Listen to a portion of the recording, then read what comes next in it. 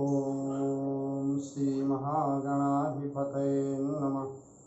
ओम पूर्णमदः पूर्णमिदं पूर्णात् पूर्णमुदच्यते पूर्णस्य पूर्णमादाय पूर्णमेवावशिष्यते।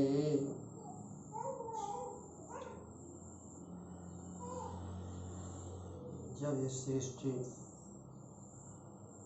ब्रह्मा जी के एक रात के बाद दिन आया, सृष्टि का प्रादुर्भाव होने लगा, तो सृष्टि के प्रादुर्भाव के सिलसिला में 12 आदि 11 8 वसु और 2 अश्विनी कुमार करके 33 को, जो 33 करोड़ सृष्टि के मूल हैं हुए ब्रह्मा जी का। एक समय 8 वसु विचरते हुए वशिष्ठ जी के आश्रम पर पहुंच गए। वशिष्ठ जी उस समय अपने आश्रम में थे नहीं, वो अन्यत्र कहीं गए हुए थे। विचरते हुए 8 वसु बड़ा प्रसन्न हुए उस आश्रम में। तो 8वें वसु जो थे वो अपनी पत्नी को साथ लेकर गए। तो वहाँ वशिष्ठ जी के आश्रम में उनकी कपिला नाम की कामी थी, जिसे देखकर 8वें वसु की पत्नी ने वो कर लिया और अपने पति से कहा, स्वामी इसे आप ले जाओ। पत्नी के कहने पर वसु विचार करने लगे, बहुत समझाया, लेकिन पत्नी मानी नहीं। अंत में गाय लेकर जब वशिष्ठ जी आए, उन्हें जानकारी हुआ तो क्रोध में आए, गाय को उन्हें वापस नहीं मिल गया। परंतु उन्होंने श्राप दे दिया, जाओ तुम लोग इस सत्य लोक के योग्य नहीं हो, और धरती पर जाकर के 8 अपने कर्म का फल हो। और 8वें वसु को तो श्राप दिया, जाओ जिस तरह तूने एक वसु धर्म का स्वरूप होकर के, एक वसु का स्वरूप होकर के चोरी जैसे घृणित कर्म किया, उसी तरह न्याय अन्याय, सत असत, धर्म और अधर्म के बीच झेलते रहो,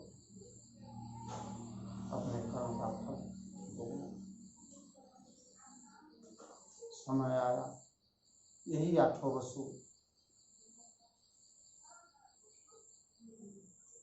माता गंगा के गर्भ से महाराजा शांतनु के यहाँ जन्म।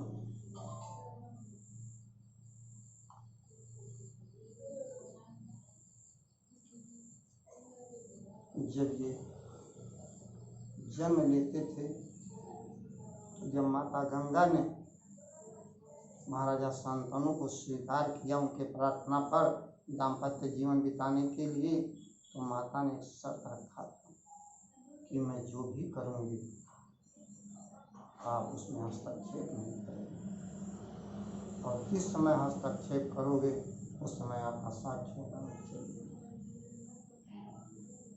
महाराजा शांतनु स्वीकार करके माता गंगा को गए।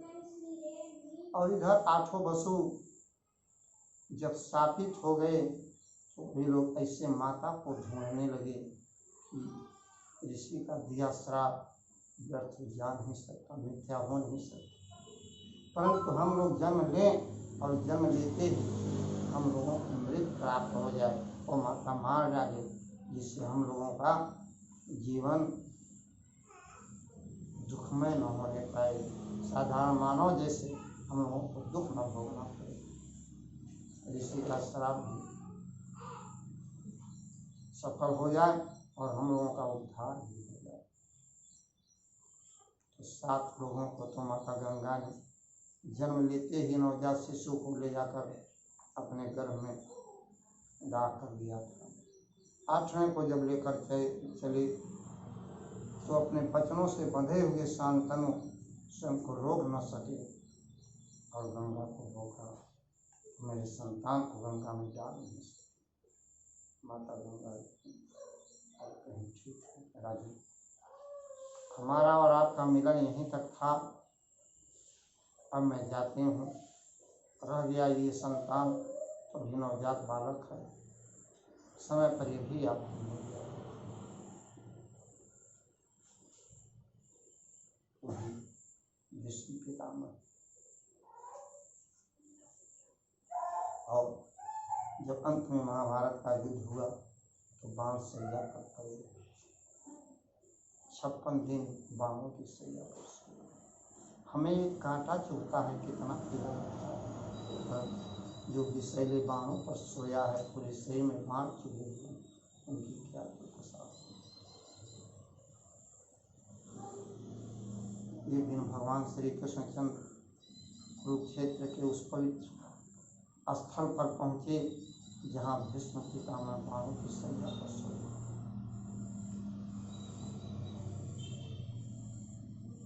भगवान श्री कृष्णचंद्र को वाता देखकर भीष्म पितामह ने प्रणाम किया और कहा, हे माधव, मैं कौन ऐसा पुण्य किया कि मानव शरीर, और मैंने क्या ऐसा पाप किया जो बाणों की सैया पर मुझे इतने दिन सोने पड़े।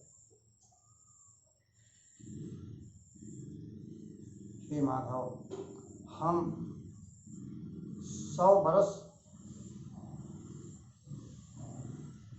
अपने पिछले 100 जन्मों का उपाख्यान हमें याद है, और 100 जन्म में मैं राजा ही, परंतु मैंने कोई ऐसा अपराध नहीं किया जिसमें बाण की सैया पर। भगवान श्री कृष्ण ने कहा कि हे राम, ये बात आपने जो कही है 100 जन्म की सत्य है, और ये 101 जन्म की बात है। उस समय भी आप राजा थे, और एक समय ऐसा आया कि आपको केवल एक ही पुत्र था, उस पुत्र का विवाह हो चुका था, और जो आपके समधी थे आपको बहुत मानते थे, और आप बीमार पड़ गए। हे पितामह, आपका बहुत वैद्य उपचार हुआ, लेकिन आप आरोग्य नहीं हुई। जब कोई दवा, कोई उपचार आपको आरोग्यता प्रदान नहीं कर सका, तो आपके समधी जो आपसे अति स्नेह करते थे सुने, और उन्हें बड़ा दुख हुआ, और सोचते सोचते उनके यहाँ एक रसोइया था, रसोई बनाने वाला, बड़ा चतुर, बड़ा गुणी और बड़ा होशियार। उसे उन्होंने कहा कि तुम जाओ हस्तिनापुर में भीष्म पितामह के यहाँ रसोइये का कार्य करना, और जिस तरह हो उनके स्वास्थ्य को सुधारने का उपाय तुम करो। रसोइया आया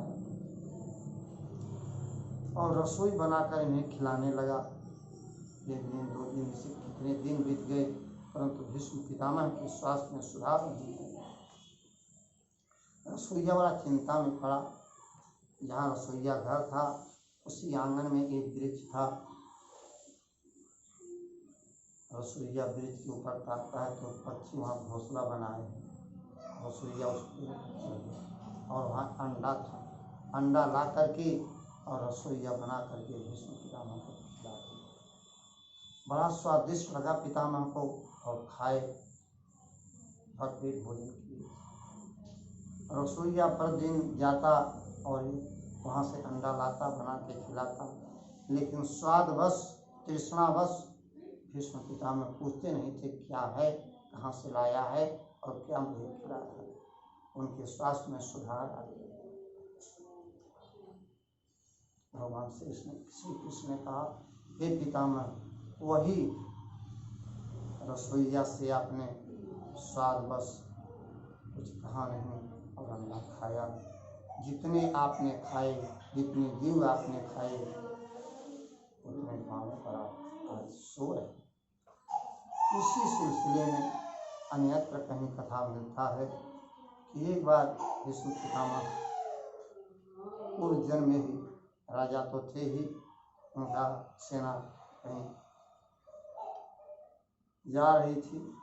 रास्ते में उनके रथ के आगे बहुत बड़ा सांप पड़ गया। सांप को अपने बाणों के नुकीले नोक से उठा करके यीशु पितामह ने फेंका और वह नफन्नी के कांटों पर जाकर गिरा। उसके सारे शरीर में नफन्नी के कांटे घुस गए और उसी के कारण आज उनको बाणी की सैया वही नफन्नी कांटे की तरफ जितने थे उतने बाणी की सैया। पुनः कहीं मिलता है ये कुत्ता ने इनको इसी तरह श्राप दे दिया था। कुत्ता का सौ भी नफन्नी के कांटों पर था और श्राप दिया कि जाइए आप ये इसी तरह कांटों की सैया पर सोओगे। तो हम कदम कदम पर सोच विचार कर चलें। जब एक सृष्टि के आदि में हुए बसु की यह दुर्दशा, तो हमको तो अपने कदम कदम पर हम अपना पाप ही पाप करते जा रहे हैं। हर एक अंगों से कितना भोगना पड़ेगा। इसलिए बड़ा सोच समझ कर चलें और भगवान से सब प्राणी से प्रार्थना करें कि आप लोग हमें क्षमा करना, कोई अपराध हो गई हो और आगे अपराध ना हो कृपा करना।